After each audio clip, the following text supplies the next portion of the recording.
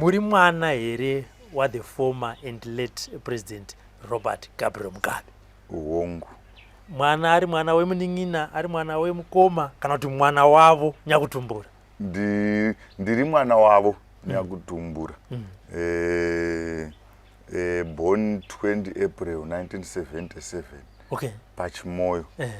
Saka ivo baba vaive pavaive ikoko vaive nehama dzavo dzavaive nadzo ikoko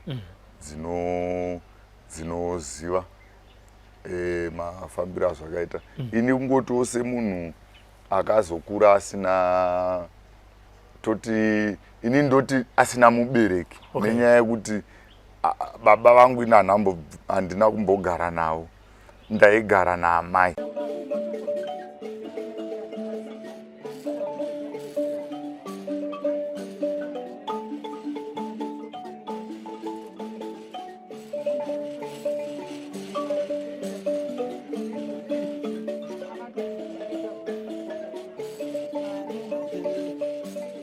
Thank you for tuning into Zim News Beat TV. This is Zim News Beat TV. Thank you very much. Thank you for your support. Thank you for subscribing.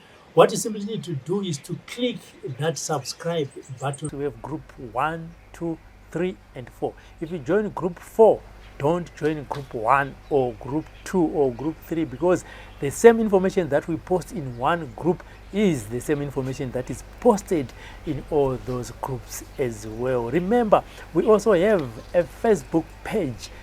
Go there, click that like or follow that button and stay informed. You also need to share with your friends and relatives so that they will never miss these interesting programs. My name is Robert Tafumane. Sekuzo Community. Tinokupai nyaya dzinoitika munharaunda mandigere, tinokupai nyaya dzinoitika kumatare emadzimambo uko vanenge vachitonga nyaya dzinenge chitika munharaunda mavo. Tinokupai zvakare nyaya dzinobuda kumatare emasvikiro uko vanhu vanenge vachienda kunobvunzira matambudziko avari kusangana nawo mukati meupenyu hwavo. Nhasi ndauya nenyaya yandoda kuti titaure pazuva ranhasi. Zvichida vamwe makambonzwa nezvazvo, zvichida vamwe makambosangana nenyaya iyi. Nyaya yandiri kutaura nezvayo pazuva ranhasi ndeyaTonderai Gabriel Mugabe. Vakawanda tinoziva kuti panowanzofa munhurume panobuda nyaya dzekuti kune vana vanonzi vakauya musi wakafa baba. Vamwe vana vanogona kuuya even baba vachiri vapenyu vagonzi aiwa imimi hamusi vana vepano, vachirambwa nemudzimai anenge aripo. Tiri kutaura kwandaita pane nyaya yakabuda mapepanhau nekumatare edzimhosva zvakare kuti pane mwana tomboti anozviti ndiri mwana wa the late president Robert Gabriel Mugabe. Yakamutsa mutauro wakawanda wanda wakati anonyepa akanga ari kupi zvadzodi, asi pazuva ranhasi tati aiwa regai tivatsvage mukoma Tonderai tinzwe kuti nyaya iyi yakamira sei. Mukoma Tonde, makati zvenyu? Ndiripo, makasimba here? Tiripo isusu. Ari sei mabasa? Mabasa ari nani. Handiti ka? Ameno ari seiwo eda ari right ka, but ndikuona kunge munhu asingatonhorwe titoga takapfeka mabhachi ka. Aiwa. Zvechokwadi zvekutonhorwa izvi handitonhorwe nenyaya yekuti ndakakura ndiri sportsman. Ndakakura ndiri sportsman ndichitoita zvekumhanya, zvebhora, zvekutozikanwa chaizvo. Zvekutozikanwa zvokuti kune vamwe vanhu vari mufootball circles vekuti mukangobvunzwa kuti murume uyu munomuziva here, munonzwa vachikutarira kuti atomuziva zvakanyanya. Vakaita sana Norman Mapeza, ana Dhumisani Mupofu. My last coach was Lloyd Chitembwe. In terms of football. Toti zvebhora ndakatanga kuzviita. I've spent almost up to 2013 ndakapesera zvebhora ndamudivision yepasi zvangu paHarare Poly. Pandai ndichiita hangu zveICT ndo pandakapesera zvebhora 2013. But kubva 1993 From 1993 up to 2013 I have been a football player. Zvinongoenderana nekuti mamwe mastages acho ndandichiriwo mwana wechikoro then asi unenge uchitori uri mwana wechikoro asi uchitonzi ari kutambira division 2 side Aluminium ndokwandakazivana naDumisani Mpofu kuAluminium before vasati vazoyotengwawo naCaps United tichizopedzawo chikoro tichizodai tiri mumafootball circles imomo tikazenge tazopedzisirawo takunana Shooting Stars ndokwandakapedzisira ndina coach Lloyd Chitembo was my last coach. That is the reason why you have seen kuti handizi munhu I'm a sportsman handizi munhu anonzwa chando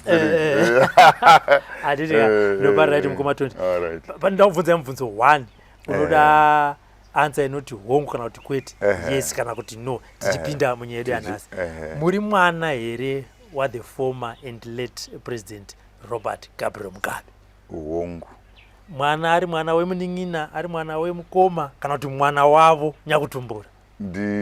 Ndiri mwana wavo Nyakutumbura. Born 20 April 1977. Okay. Pachimoyo. Saka ivo baba vaive pavaive ikoko vaive nehama dzavo dzavaive nadzo ikoko dzinoziva mafambiro azvakaita. Ini kungotiwo semunhu akazokura asina toti ini ndoti asina mubereki nenyaya yekuti baba vangu ina handina kumbogara navo. Ndaigara naamai. Baba vana vaMugabe. Ndaigara naamai. Asi ndichigara naamai ivo amai vacho vakashayawo ndichiri mwana wechikoro. Ndichiri mwana mudiki zvekuti dzimwe information kumwana dzinenge zisati dzakukwanisa kunge dzichitaurika kumwana kana kuti kubuda kuti zvakamira zvakadai nekuti unenge unguriwo mwana akachengeteka pane vamwe vanawo vanenge varipo toti semuzukuru. Nekuti munenge muri mumusha maamai maunenge uchigara. Saka semuzukuru pamwe hausiri wega muzukuru arimo mumba mune vamwe vazukuru kozoitawo vana vemumusha imomo nekuti amai vangu vanenge vasiri mwana wega imomo. Mune hanzvadzi dzavo, mune vanin'ina vavo, saka munenge muri vanhu vanogara as a family zvekuti pazera racho raunenge uinaro kana paine zvimwe zvinhu zvinenge zvichitaurika zvinogona kunge zvichitaurika but it will be more secret than kuti zvinove publicized because of your age. Panguva ichoyo handina chandakanga ndakazoziva ndatoti kurei. Saka vanoti amai venyu the late vakaenda kunorwa hondo. Amai vangu inini mataurirwo azvinoitwa kana kutoti according to the information yandinayo kusvika pari nhasi. Amai vangu inini vakaenda kunorwa hondo zvechokwadi. Manga muri muna 1976 somewhere there, beginning of 1976. Then ininiwo ndakazozvarwawo 1977 pachimoyo vanoti paparire nyatwa yekuchimoyo ikoko. Kunyange zvazvo anoti akagara neni wacho pari zvino akashaya, asi mwana wehanzvadzi yavaMugabe chaiyo toti last born yemba mavaMugabe, mwana wake musikana ndiye akagara neni. Iye anotiwo panguva akazonge anewo pamiri pakewo akunosunungukawo wake mwana, ndo panguva yaakazonge akusiyana neni. Inini ndinonziwo ndakazenge ndakunogara kunonzi kuOsibisa naComrade Fay Chung. Ndo vakazenge maziviro andoita Comrade Faye Chungu vanonzi vakanga vasingachengete inini chete specifically ayo but vanonzi ivoka vakanga vari in charge nevana vakazvarirwa kuhondo pachimoyo but ivo vari pane another base rainzi Osibisa rinenge richinzi ndo rinochengetwa vana chete mainfants saka ivo Comrade Faye Chungu vanonzi idzi information vanonziwo vane wavo mwana wavakaitawo ipapo ainzi Chipo saka Chipo uya neniniwo nevamwe takakurira ipapo ndisingazoziye uyu akazosunungukwa nemuzukuru wangu because iye akazosunungukwa later anenge wekunana December 1978 saka munoona kuti pane difference yetongoti gore nehafu ndaka ndatoka munhu kakutoti zivi kakutojamba kachiitawo zvakanenge achiita asi vana vese manzwiro andakaita nokuti haisi information yangu yekuti ndinoziva kuti asi manzwiro andakaita ndekuti vana vese ndokwavaichengetwa kwaComrade Faye Chungu kuOsibisa ikoko then handizozive matorerwo andakazoitwawo namai vangu kana kuti mafambiro atakazoita asi chandinoziva ndechekuti ndine nguva yandakati tichipinda muno vanonzi vakapfuura nekuchifu kumanyene kuAssembly Point saka vabva paAssembly Point vakabva vananga straight kumusha kwavo kwaamai vangu ndekwaMutare kwaHonde right saka vananga kwaHonde kuya vanonzi amai vangu inini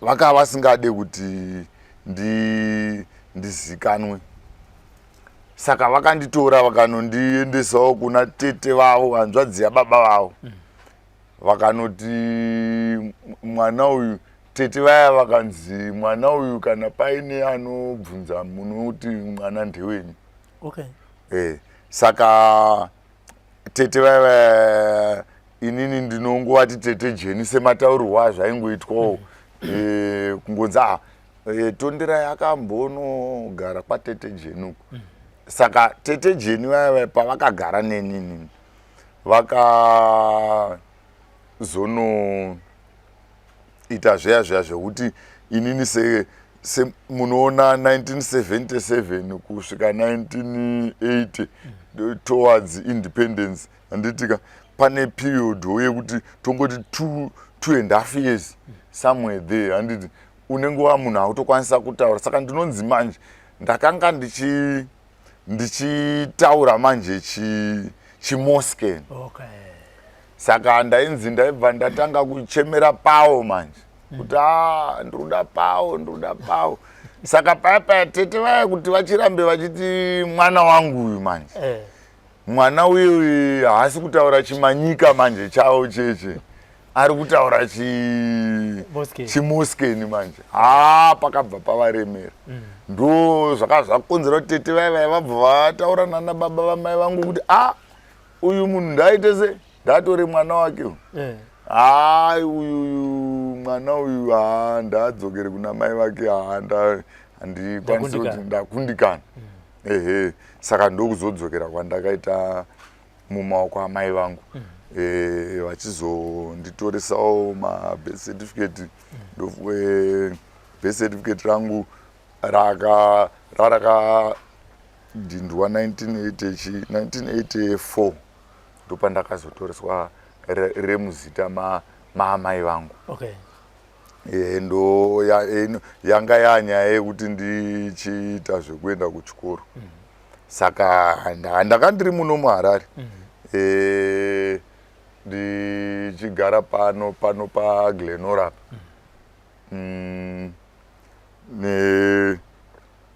amai vangu vanga vanemba kuGlenview saka toti ndaigara kuGlenview asi manje senhau yekuti kuGlenora ndokumba kwaamai vangu kwabereki saka inini ndine part yandakadzidza kuGlenview. Okay. Right. Asi ndichibva ndazotransferiwa toti primary yangu iyo ndakazopedzisira futi ndakuGlenora. Okay. Grade 6 negrade 7. Ndakazonopedzisira kuShiredenga primary. Okay. kuGlenora. Then from there secondary yangu ndakaitira futi kuGlenora ikoko.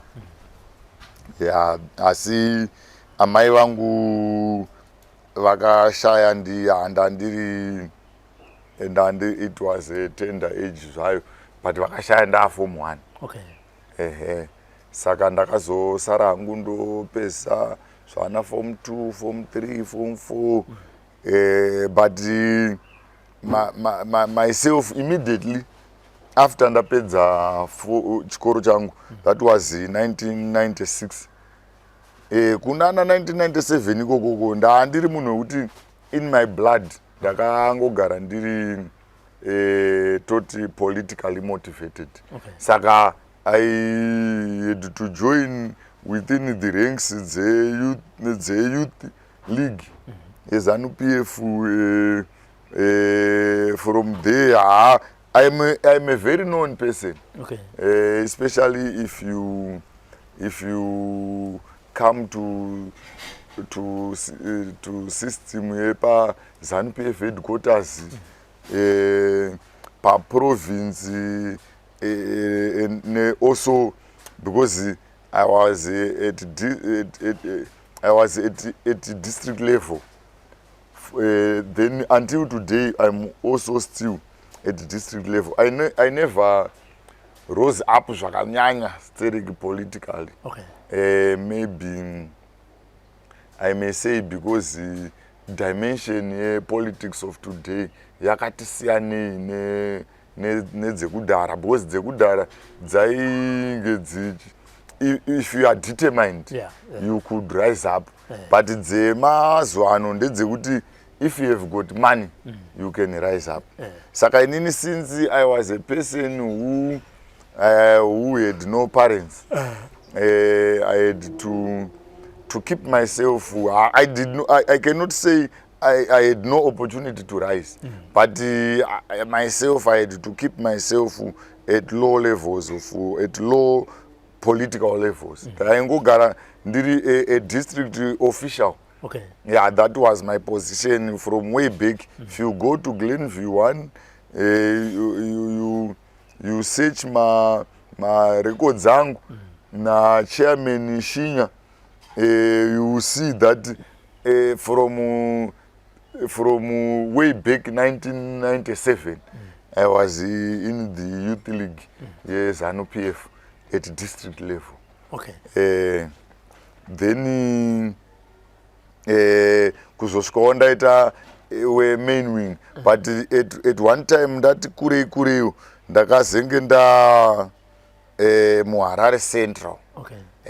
Pane patime pandakanga nda establisha malinks background yangu kuti inini vaMugabe is my father. Then after ipapo there had been some arrangements dzakaitwa dzekuti ndakanga ndakugara mu city center. Okay. Saka I had also to be part of the district reHarare Central too. Anditi twakume akati makugara mu city center. Amai vachiri vapenyu semwana wese makambovabvunza here kuti baba vangu ndiani? Yeah, izvozvo I don't want to lie to you. Ndanga ndasvika that age yekuti I could be able to sit down with my mother and ask. In fact, izvozvo zvacho zvekutoti nini I have got no father. Such an information yanga isiri much into myself. Okay. Because my mother was a person wekuti vaive munhu wekuti she is one of the people vakatanga kucrossa kuenda kunana South Africa vachinouya nemamachines. Okay. Sewing machines. I have got pictures. Okay. Maphotos avo ndinawo. even on my phone I keep them. Okay. Saka vainge vari mukasvika kuGlenview kwa pamba pavo chaipo kuna 14 Crescent munonzwa vanhu vari mutori imomo vakakurira vanokuudza kuti no amai vavo vanga vari munhu wekuti she was an entrepreneur. Saka kumhuri kwamai venyu makazvarwa muri vangani? Vana vaamai kwete vababa? Kwete vababa. Ndine vanin'ina vangu 3. Vanin'ina 3. Handiti makura tongoti i2 vanin'ina vangu because the other one is deceased. Handiti makura mimi information yekuti Tonderai uri mwana wa President Mugabe yakauya sei kwamuri? Alright, information iyi yakatanga kuuya kwandiri through imwe function yakaitika paZANU-PF headquarters. Okay. Right. PaZANU-PF headquarters paive nehanzvadzi yavo vanonzi Tete Bridget vaishandira mu6th floor. Okay. Saka it so happened kuti I have a presentation yandakamboita ipapo by that time. But she requested, pane umwe musikana anonzi Edna Matamba. Edna Matamba uyu aishandira the last time ndakapesera kumuona akanga akushanda kucommissariat department. Okay. But by that time aishanda Tete Bridget vanga vaine a hand in the youth league and in the women's league. I don't know what role she was playing, but she had the office pa ZANU-PF headquarters. Okay. Saka now musikana uya is the one avakatuma kuti agondidedza inini. Okay. Right. But izvozvozvo mukazegore racho? Yeah, that is it must be 2017 2009 somewhere there. All right. 2007 okay. to 2009. All right. I can't tell which year exactly. Yeah. But what I know is takatozoenda kuma elections aya enza 2008 takatozoenda ininika ndanga well in connection now. Saka I think it is 2007. It's when pavakanditi ndi vakatuma uya musikana, but ivo matumira vakaita musikana it was because of my voice. Okay. Vakati uyu munhu ari kutaura apa umutaurire auye pano ndoda kumuona.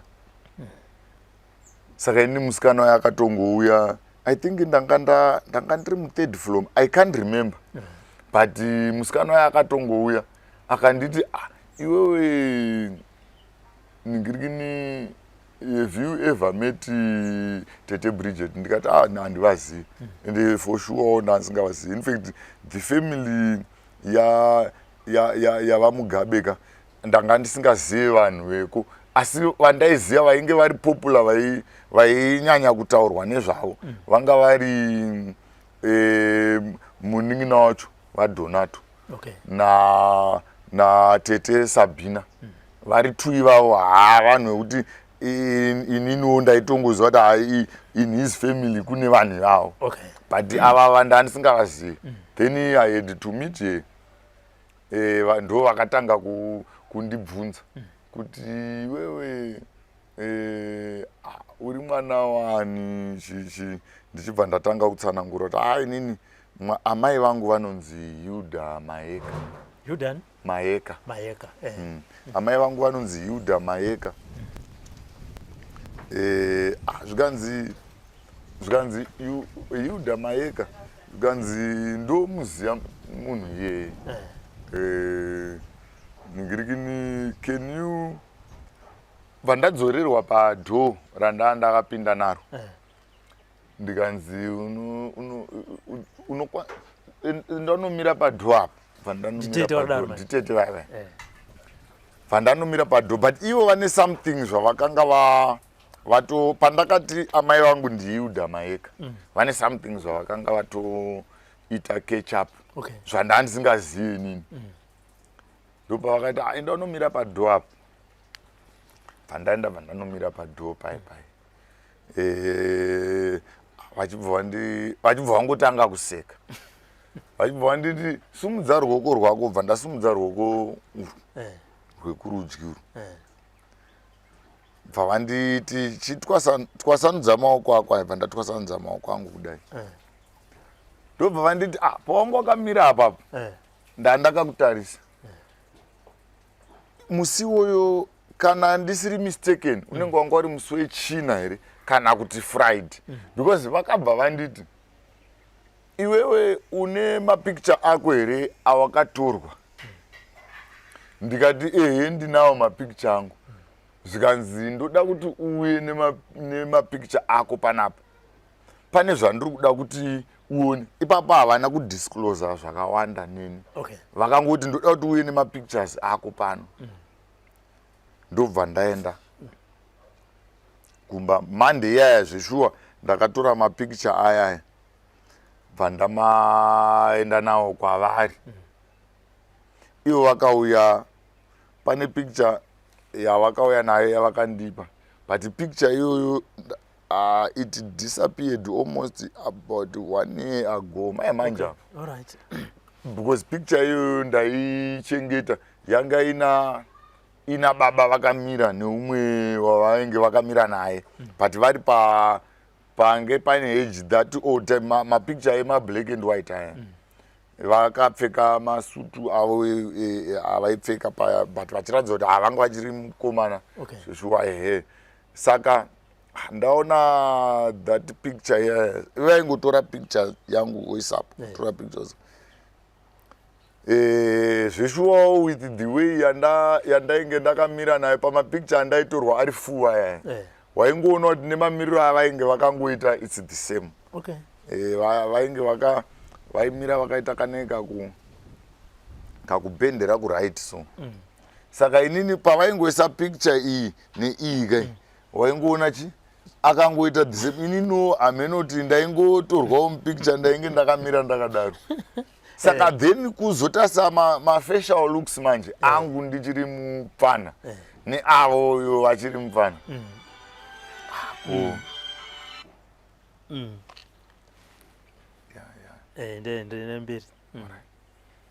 maona angu inini ndichiri mupfana neavo vachiri mupfana kwakuzoona kuti they were similar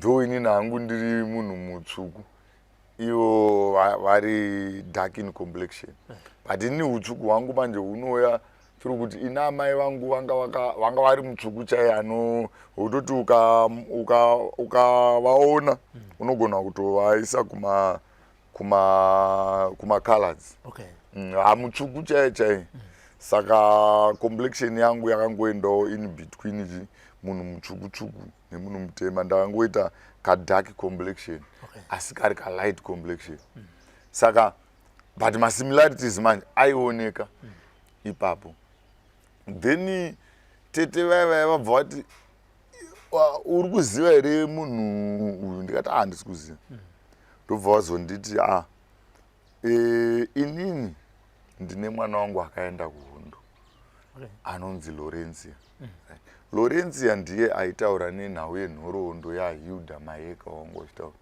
asi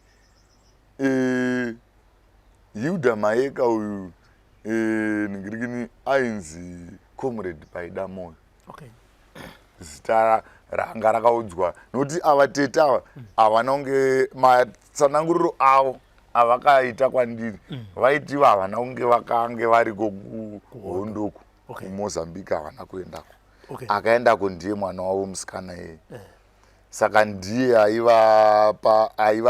aivataurirawo maererano nenhoroondo yezvakanga zvakaitika kuhondo pakati pake nasekuru wake kuti pakazoita zvakadai including the history of myself. Saka now tete vaya vachibva vanditi ndoda kuti uonane nemwana wangu musikana yeye nekuti inini kuti ndikwanise kukutsanangurira zvakawanda asi pawati wewe ndiwe uri mwana waHilda Maeka ndoda kuti muonane kuita kuti mukwanise kunzwanana pamataurirano enyu amuchaita ndinoziva kuti munoita se muchanzwanana. Saka tete vaya vakandizondienda navo kumba kwavo kuBelvedere tikanoonana naLaurencia wewe muzukuru wa mwana wavo uya tongoti muzukuru waMugabe kana tongoti muzukuru wedu. Saka now ndanoonana naLaurencia uya akatsanangura zvinhu zvandakanga ndisinga noti inini kana zita ramai vangu rekuhondo ndandisingarizivi ndandisingarizivi asi zvekuti ndakazvarirwa kuhondo aiwa izvezvo information yekuti aiwa I was very much aware nayo nenyaya yekuti ndine Jackson iri right. Jackson iri ndo Jackson raibayiwa kuMozambique. Munhu anenge azvarirwa ikoko kana kutoti ivo ndo yavanobaya vachiti nhomba yavo but this is the Jackson raibayiwa ikoko. Saka iri amai vangu vaitoritaura kuti aiwa iri ndere kuMozambique because ekunoku acho ndinawo anobayiwa apa but vaizotaura ndakazomabayiwa zvangu asi iri ndinaro reikokoko. Saka zvaitsanangurwawo naLaurencia wewe it was quite reasonable and zvaimeka sense kwandiri. Plus nekuzoonawo mapictures aya andairatidzwa zvinhu izvozvo mani zvakatanga kundiita kasotofu kaheartbeat kekuti this way I should have met these people a long time ago.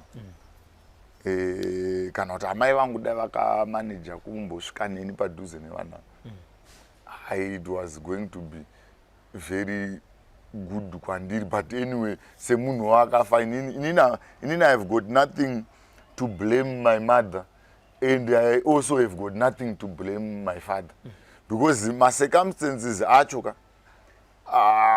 zvaitsanangurwa ipapo kuhondo kwacho kwaiitika zvinhu zvakawanda zvekuti ende ndozvezve zvana kana ndafa musandicheme zviya. Saka if you miss a person you do forget about that person because munenge muchito all in anticipation yekuti munhu akatofa. Saka that's how they lost me. Kubva kwandakaita amai vangu vanoita sekuti havana kuzonditora kuya kwaComrade Fechung zviri nyatsori pamutemo kuti so that it will be accountable kuti mwana uyu abva from these hands aenda to these hands. Saka pakabva paita kakushayiwa information yekuti the whereabouts and amai vangu inini from there havana kuzomboda kuenda kumusha kwavo kwamutari kuye but I think inini I suspect kuti it is also because vainge vaine futi kamunyati kekuti that follow up because something that happens in between leadership yesystem nemumwe handisi yangu role yamai vangu yavaiplay though ndine vamwe vane information yavakandipa because like pandakaonawo Comrade Mandichimene vakanditiwo amai vako vanga vari senior kwandiri. Saka never knowing hangu kuti what role kana kuti position yavakainge vainayo ndeipi handitika but I'm trying to say kuti panoita follow up yekuti ivo vanenge vachiziva kumusha kukabva munhu zvekuti pamwe ivo kusada kudzokera kumusha kwekwe inenge iri nhau yekusada kuti that follow up iite se saka takabva tangogara muno muHarare zviya zvekuti chero even time yedemobilization kana tongoti amai vangu havana kuzomboita even attention or any participation much into things that involve that political, but educating myself, even my brothers angu vadika, she could amai vangu vaitoita hasha dzekuti ukaita sekuti wewe urikuti ZANU-PF yakaipa kana kuti hauchade leadership izvozvo vaitogumbuka zvazviri zvinhu zvavasanga vasingatode kutonzwa. Saka tongoti that is the role yavaiplaya maybe yandingati she nurtured me, but not kuti ivo vakazenge vachiparticipate even mulaini medu macho chaimo havana kumboparticipate kana even kuti vanotsvagwa muwomen's league kana kuti havana kuzomboparticipate, but zvekuenda kudemobilization yavo she had card ravo redemobilization and munhu aitozikanwa because inini pandakazonge ndavawo ndanzwa that information Tete Bridget vachizoti no inini I have to make arrangements dzekuti ukwanise kuonana nani nababa vako. Saka ipapo Tete Bridget kana kuti mwana wavo akadisclose kuti uri mwana wavaMugabe ndiani pakati pavari? Mwana wavo ndiye akadisclose zviri direct because ndiye akanga aine information yese yemazvarirwo andakaitwa nekutombondigara neni kwaakaita before iye. She had to pave way for her own because akazoitawo wake mwana kuHondo kuya muna I think December 1978 saka anonzi Jason. Saka now zvinhu izvozvo zvinhu zvaakanditsanangura nokuti iye akanga aine first hand. Tete Bridget zvavakaita vakataura kuti with the information and the knowledge I have about that Hilda Mayeka you are talking about yakamira yakadai but havana kudisclose, vakandiradza maphotos chete but vakati get enough information because ndogona kunge ndiri kutaura newe but pamwe inini ndiri munhu ari kutaura nemunhu asiri but ukaona mwana wangu mukataura munosvika pakuziva kuti zvakamira sei, kana uriwe ndiwe kana usiriwe hausiriwe. That is what she said. But then uyoyo ndiye akadisclose kuti no iwewe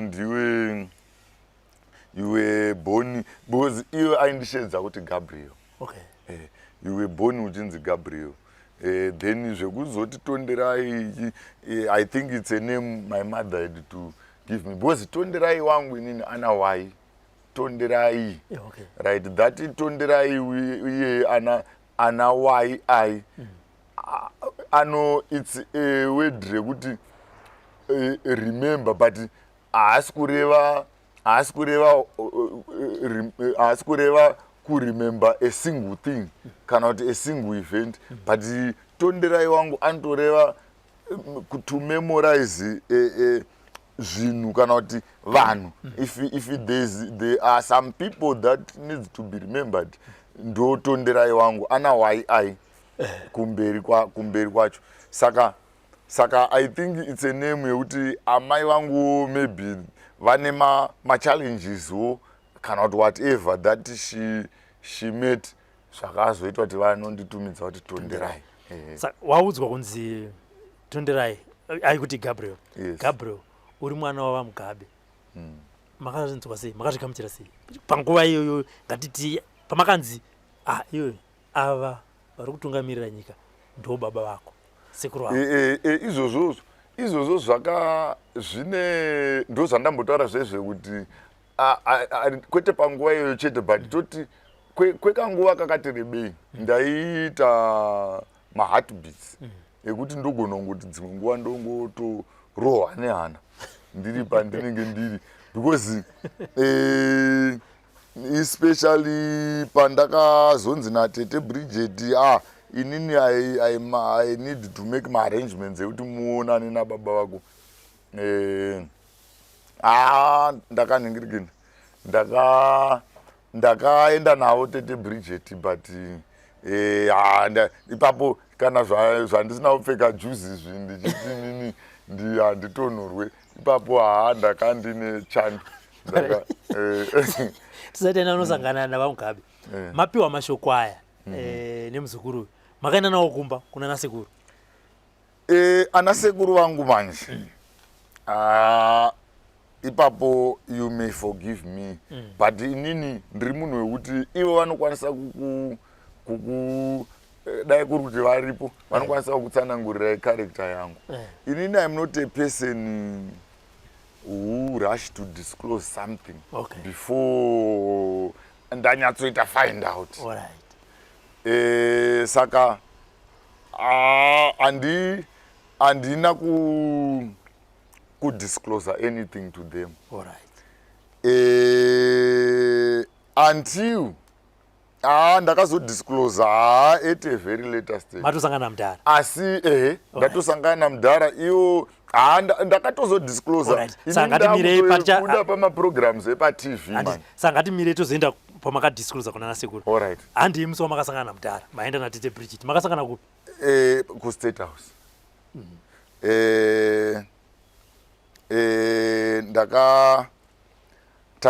Takasvika State House.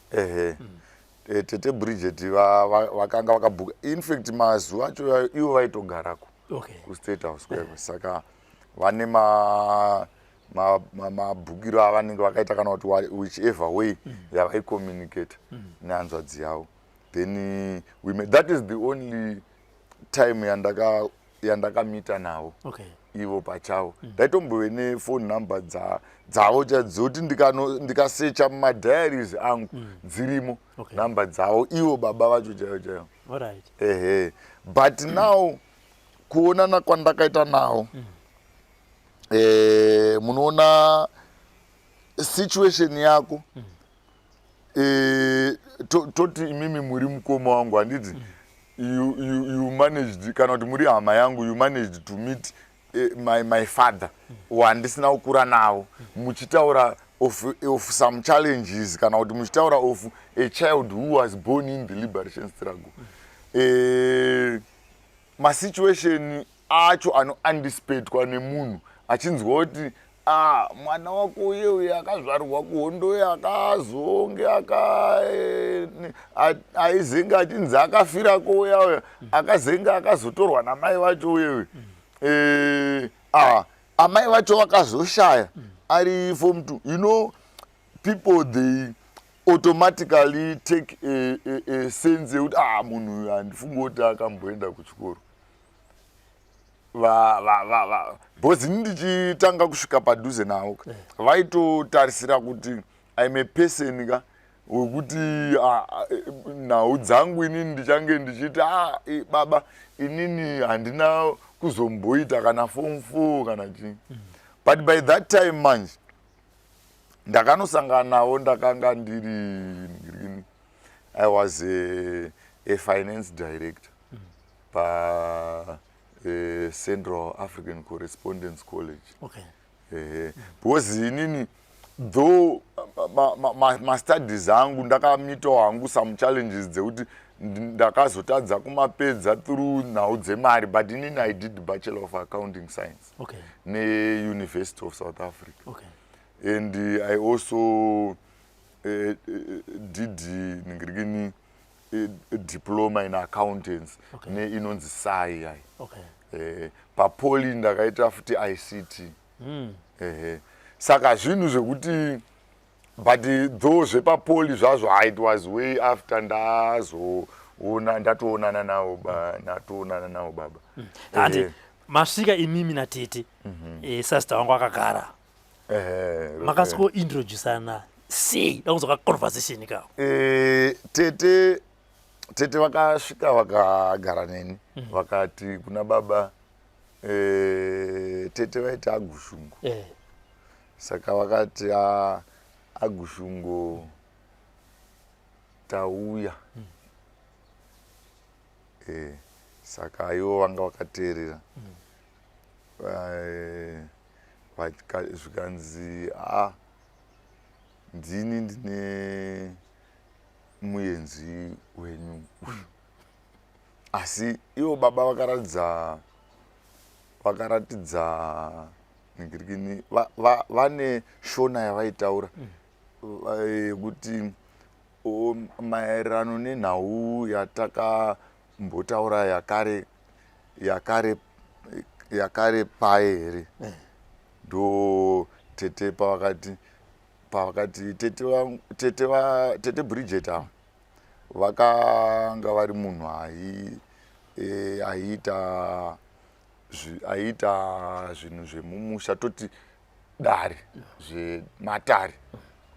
Saka kana vakanga vachisuma zvinhu zvavo kune hanzvadzi yavo vaisuma asi vaitombotora futi fodya vachiputa vobva vasuma baba vai kuti vakapindura vachiti eka ndo mhuri yenyu yandauya nayo.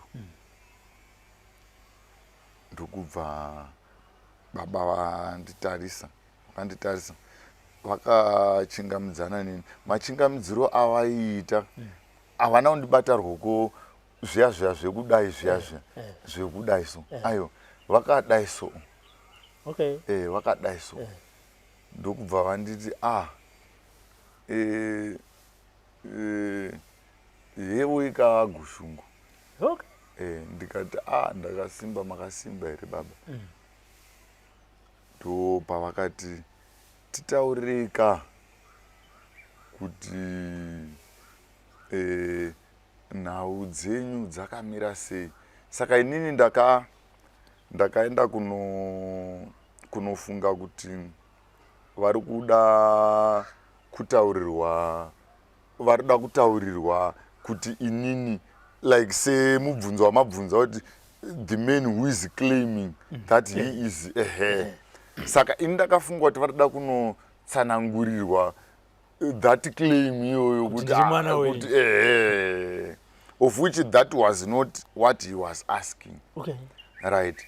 Saka ini pandakanoti ndakunobata kuti because inini pachangu I was afraid. Saka pakunoda kunotsanangura kuti ndini mwana wenyu, saka ndakanga ndakunobata kuti inini ndakangirikini tete Bridget mwana wavo handiti mazona zvikanzi aiwa agushungu ndiri kubvunza imimi pachenyu kuti zvakamira sei zveupenyu hwenyu. Ndobva ndakazoti inini baba ndobva ndakati inini baba pari zvino ndakanga ndichifanira kunge ndichipesa hangu zveBachelor of Accounting Science yangu yandanga ndichiita neUniversity of South Africa, but I am already a director with a local college, a finance director. Saka izvozvo manje pandakatangira manje ndakatangira pamusoro because ivo kandanga ndaona kuti munhu ari kuda kuziva kuti because he was expecting kuti pamwe nini ndikuda kuti baba ndakazenge pakazoshaya mai ndakanga ndaita grade 7 zvino handina kuzoenda kuchikoro. Saka that is not what I presented to him. Saka ivoka izvozvo chete zvandakangotaura zvakabva zvava katyamadza. Vakaratidza kuti vatoratidza kukatyamara nazvo because vakabva vati ko ndoumhare kanhai agushungu. Saka naizvozvo munongoda bedzi kuwaniswa mukana wekusumudzirwa nawo. Saka zvandinenge ndataura inini zvinoitwa nahanzvadzi vangu. Chiregai ndigogadzirisa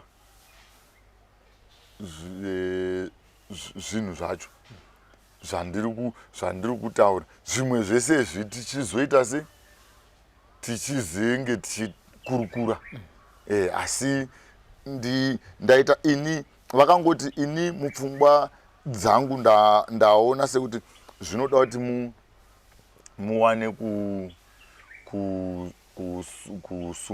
kusumudzirwa pakuwana mukanawo wekunge muri munhu anokwanisa kuzikanwawo kuti kune munhu akaita kunge mimi. Saka kubva ipapo toti 2009 saka conversation yakapera makazoonekana mchitichi kuonekana munoziva kuonekana hatingatedu kune formula research noti ivo tete nehanzvadzi yavo ndo hatingatoti ndo vakaoneka noti inini ndakanga ndiri sekuti ndiri mwana atakurwa ndikauyiwa neni handizoregerawo kuzoti baba tozoonana plus zvakarewo zvekuwana phone number yaya ndangataura yaya inotorimo mudhayari mangu ndikatsvaga pamadhayaries angu andinawo ekudhara ekuma 2009 ikoko somewhere there ndo dhayari rekuma 2009 rinofanira kunge rine nhamba dzavo idzodzo. And whoever knows that number anotoconfirma kuti zvechokwadi idzi inhamba dzavaishandisa dzavo. Saka zvadaro manje ndakabva tete vakaoneka hanzvadzi yavo vachiti vakati vakaita zviya zvavo zvavanoita kuputa fodya yavo vakati ndiroro kana yagushungu randanga ndafambira. Saka asi isusu hatichagara nekuti mupwere takuda kuti aite se achifambe nenguva nekuti kunenge nguva dzinenge dzanga kana kwakusiri kuma 33 ikoko. Saka ndo zvakaitika ipapo tichibva taonekana zvedu kunyange zvazvo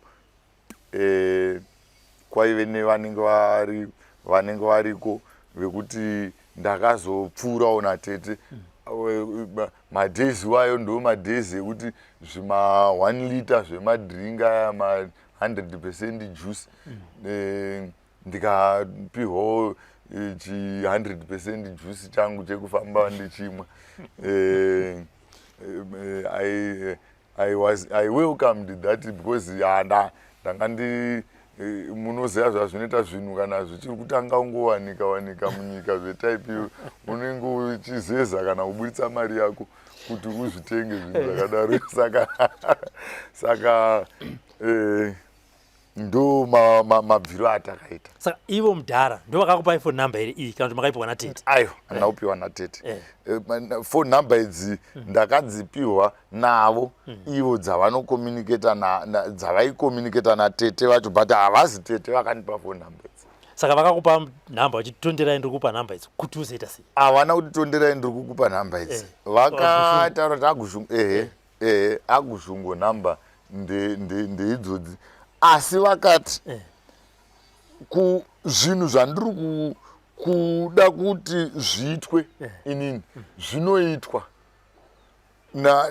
zvinozadzikiswa nehanzvadzi noti zvandinenge ndatuma kuti zviitwe kune ava zvinoitwa, chero ndikavatuma kuti da kuti muite zvakati zvinoitwa.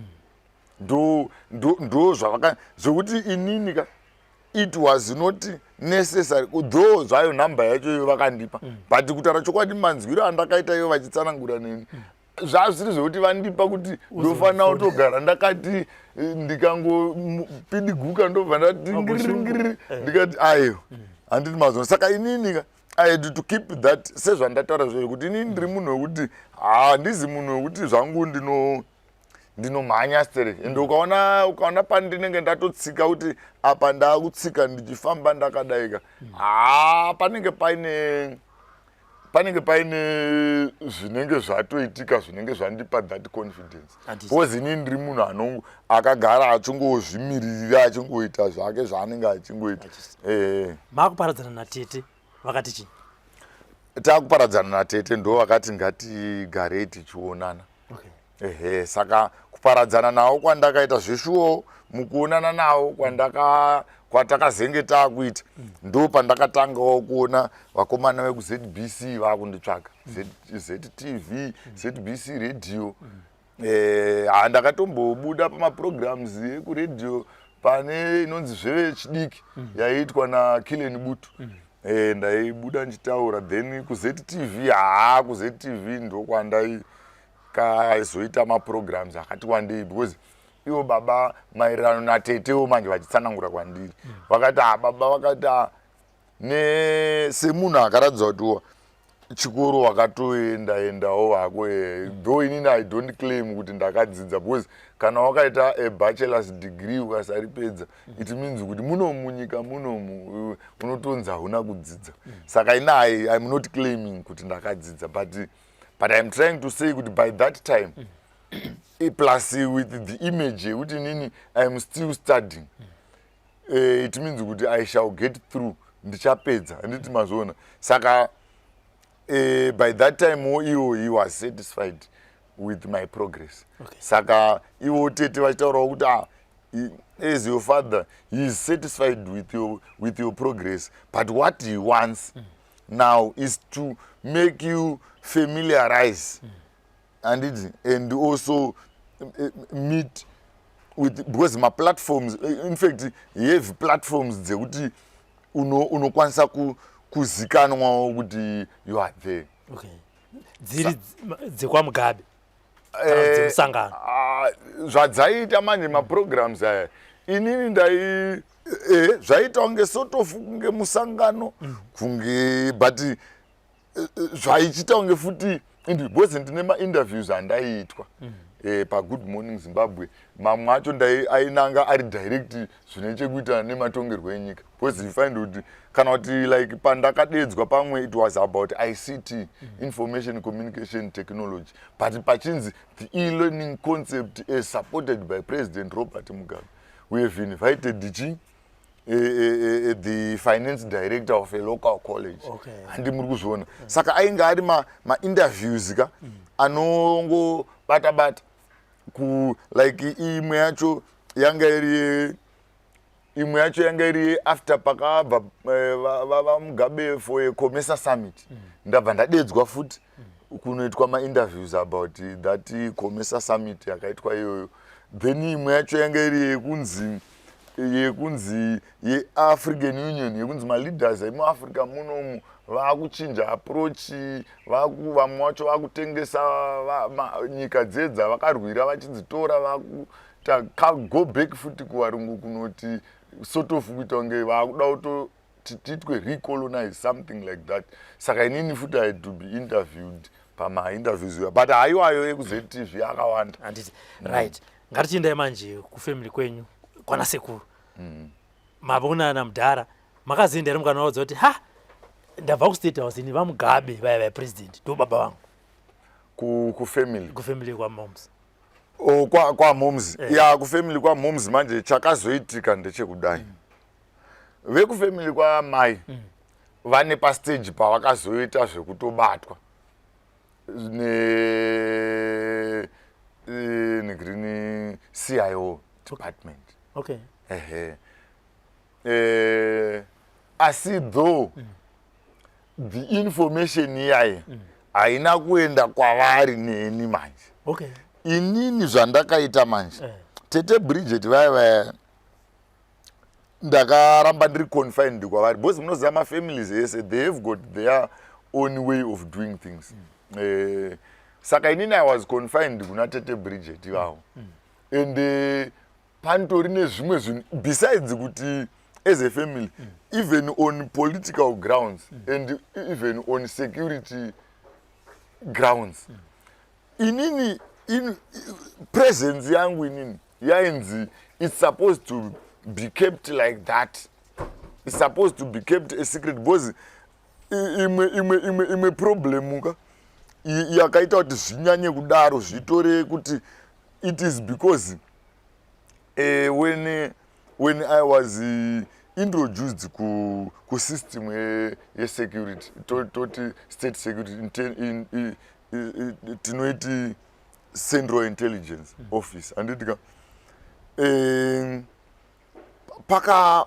paka buda nawo yokuti no this thing since the father has confirmed because iwo pachavo vakazoconfirma futi ku CIO that was nguva yanga yafamba zvayo kuna 2015 after the death yaTete Bridget because ini pakazoshayika Tete Bridget ndo pakazonituma kuti ndichione manje kuti inini ka munhu uye wandanga ndichiramba ndakazemberana naye uya is now gone though vanhu vakanga vari close na Tete Bridget vese most of them vaive close na Tete Bridget they know me right but now ka since she is now gone this thing shall be very difficult for me kuzoclaima and even kuti ndizozame kudata saka inini ka chiregai ndichitoenda ku State House kwacho personally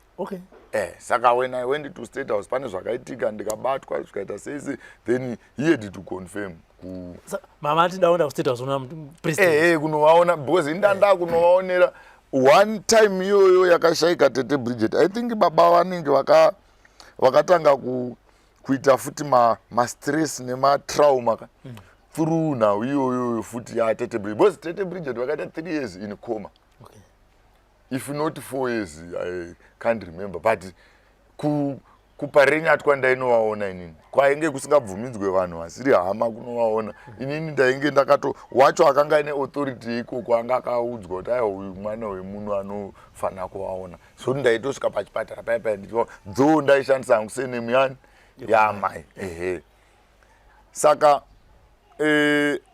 kurwara kwakaita Tete Bridget ka nekuzoshaya kwavakaita zvinhu izvozvo zvakaafekta baba futi zvakanyanya because ndo time yakabva watanga ungopota wachinzi baba vaMugabe vadonha baba vaMugabe vazodai health status yavo saka izvozvo zvakandipa futi kupanika futi ndo zvakandipa that power rekuti let me run kupi State House kwekwe ndinoita se ndinotaure kuti no mudhara inini ndaita se ndauya saka pandakanobatwa manje kwekwe ndo pandakabva ndanoendeswa ku CIO Central makatopinda pa State House ndakatopinda pa State House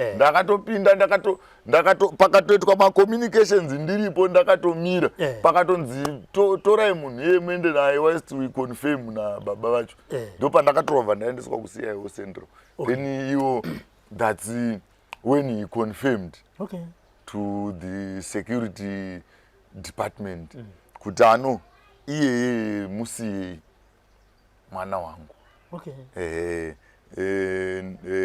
then anofanira kuita se though it must not be a thing that spread across everyone wemumusha because vamwe havana hana ndo mataurirwa zvakaitwa anofanira kuti atsvage vanhu vekwakariga mombe because the Mugabe family ndo kariga mombe anofanira kuti atsvage vanhu vekwakariga mombe then akaona ivavo ndo kwaanochikwanisa kunge ari anda ndo vanokwanisa kuziva kana paine vanoda kuudzwa vamwe ivavo ndo vanokwanisa kuziva kuti ningi togona kumuudza hana yake yakadai ningi togona kumuudza saka izvozvo ndakazvireceiva from the CIO department vachikuudzai kuti chiita so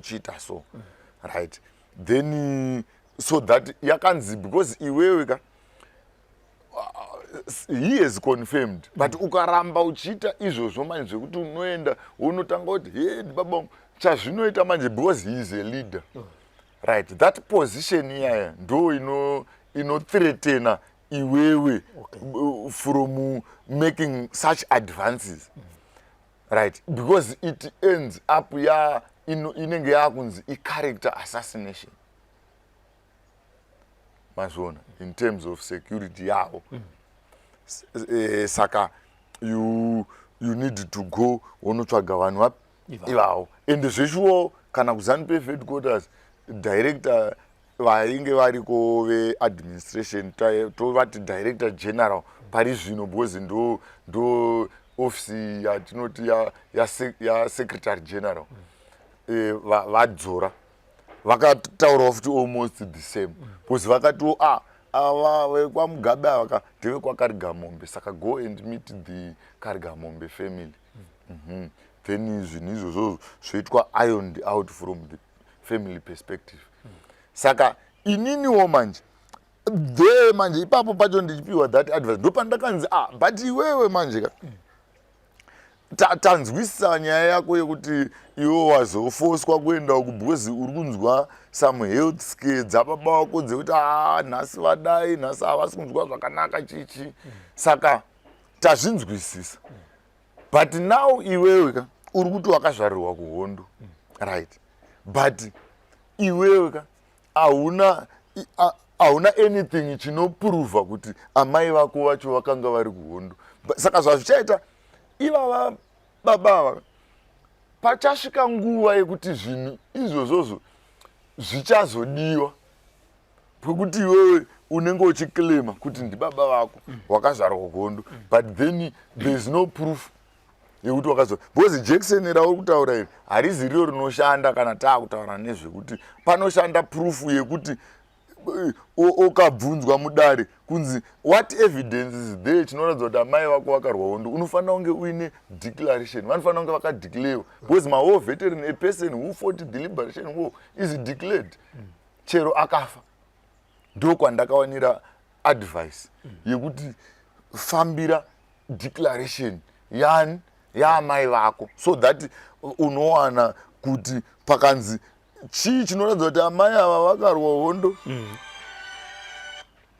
chii chinoratidza kuti amai ava vakarwa Hondo, unobva waita se wabudisa declaration. Saka then I had to move. Zvakanditorera nguva asi ende ndopandakatangira kuzoziva manje kuti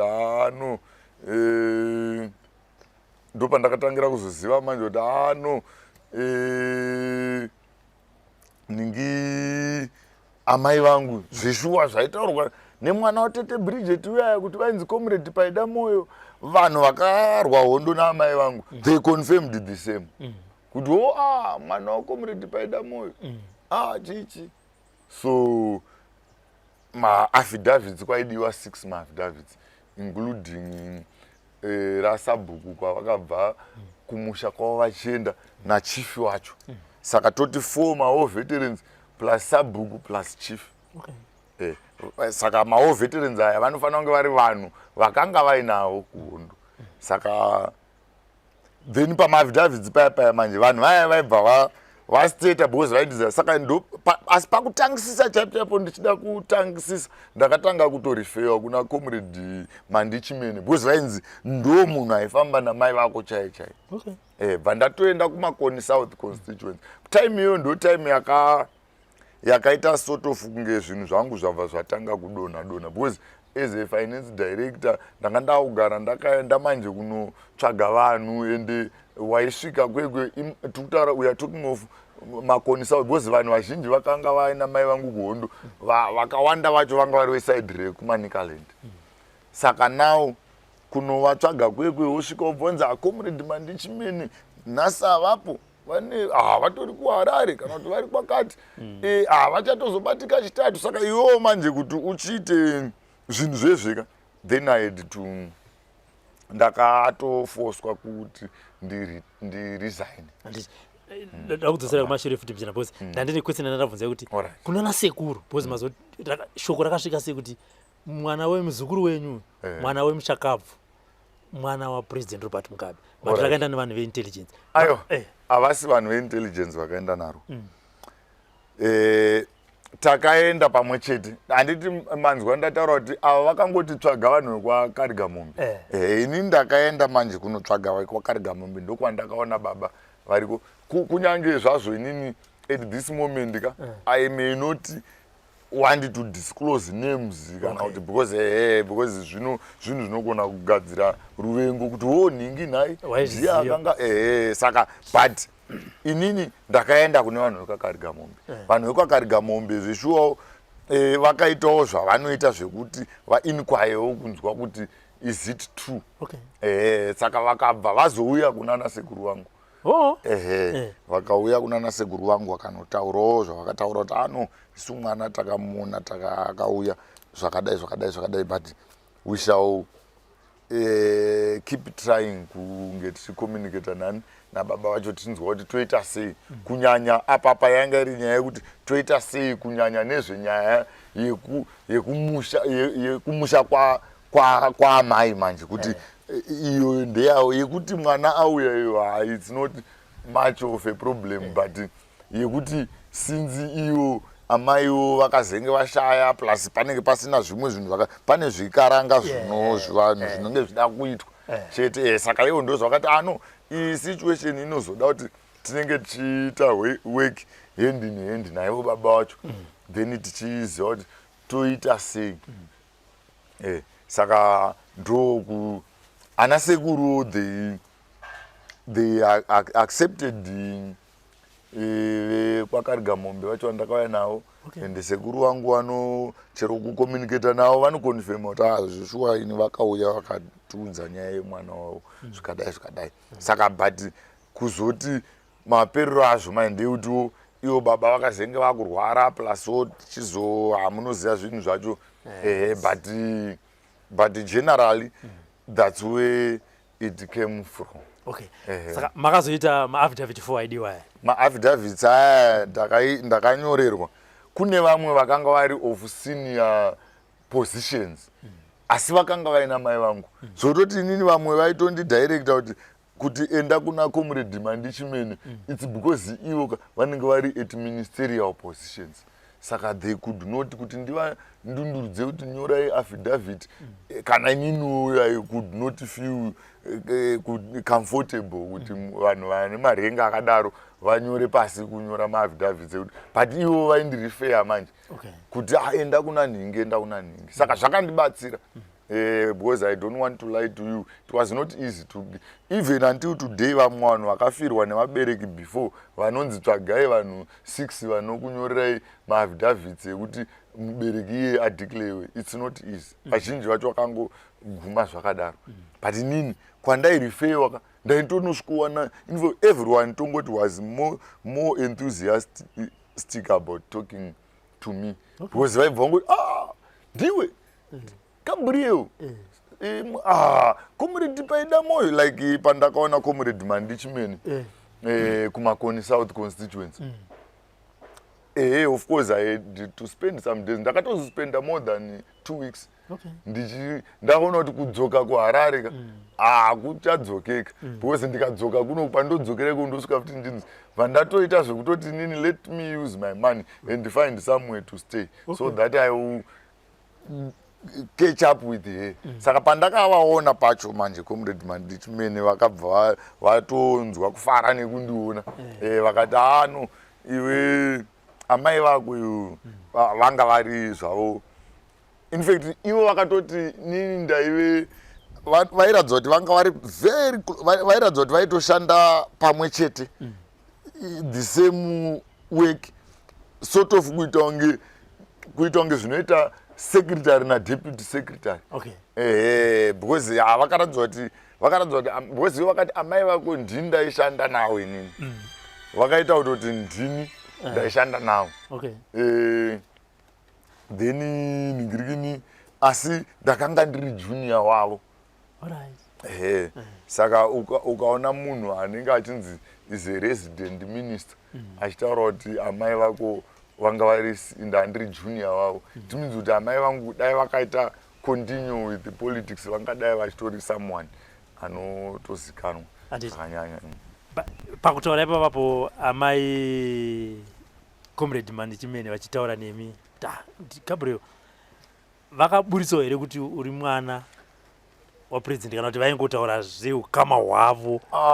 Izvozvo manje vakataura havo zveukama hwavo kunyanya haizvozvo vakataura asi vakati nini munoona zvinoita environment iyayo neposition yakanga ina babaka there is no one akanga ari above him. Saka it was not easy even though uchiziva asi kakupa clue yekuratidza kuti because ukaona chinhu chinonzi inini zvababa wako inini haizvozvo I cannot disclose zvangu handitika because ndaita mutete handiti unobva waziva kuti there is something especially ukabatanidza neinformation yaunenge wagara nayo ende iwo unenge usafose munhu kuti chingondiudza bedzi kuti because anenge akutya kuti pauchazomira uchitaura seipapa seplatform yakaita kunge seiyoyi uchamira uchitaura kuti akandiudza handimazona manje saka she did not disclose asi vakataura kuti no such information inini ndaita mutete I cannot asi she is the one who referred me back kuna comrade Laurencia Mugabe mwana watete Bridget uya futi ivo comrade Mandichimene vakati naonaona munhu vakatoti ndaonaona munhu akutsanangurire zvinhu zvangu inini handikwanise kupinda munyaya idzodzo saka it means kuti zvinenge zvingoratidza kuti aiwa zvinhu zvekuti of course munhu oye haangadisclose zvinhu zvakadaro anenge achityawo kuti but asi ari kutoratidza ari kutopa kakulu kekuti ukaona vakadai vanonyatsokukuudza because if they refer you to the Mugabe family handitika over the issue of your father or over the issue of your paternity then it means kuti iwo ari kuedza kupa clue yekuti that paternity it is somewhere around the Mugabe system handimazona especially kana munhu akati izvo handikwanise kutaura nezvazvo but there's no one akandipa toti kuvanhu vaisenza muhurumende kana kuti musystem yababa aiwa there's no one akanditi hanzi baba vaMugabe ndo baba wako but though it's something that a lot of people within the system they know. Anditika. Right. Sekunzwa kwamaita ndikutaura namukoma Tonderai. Ngoma Tonderai manzo achitaura kuti inini ndiri mwana wa former president Robert Gabriel Mugabe. This is part 1. Tichakupa zvakare part 2 apo toda kunzwa kuti kubva pakashaya the former president Robert Mugabe ndezvipi zvavakaita kuti vagamuchirwe mumhuri yekwaGushungu. Sekuzwa kwamuri kuita nyaya dzakapinda kumakoti dzichipinda dzichibuda dziraswa dzichibuda dzichidzoka. Toda kunzwa kuti hongu legally kumakoti ndo zvinenge zvichiita zvinenge zvichidiwa asi ivo nemhuri yekwaGushungu ukama hwavo uri papi. Ndo part 2 kana part 3 kana part 4 yatichakupai. Kana kuine vanoti aiwa uyu murume anodzitonderai anopenga madrugs aya haasi mwana wapresident Robert Mugabe mukana ndiwoyu nhamba dziripo uya utaure kuti aiwa uyu tinomuziya mwana wanhingi baba wake vari kwakati zvaari kutaura izvi ari kurasika. Kana wakazvipira uinewo umbo kuti aiwa zvechokwadi uyu mwana wa former president Robert Mugabe regai ndiwe neumbo nditaure kana veikwaGushungu vekwaKarigamombe vaine kakudhauta mukana ndiwoyu. For now it's bye bye.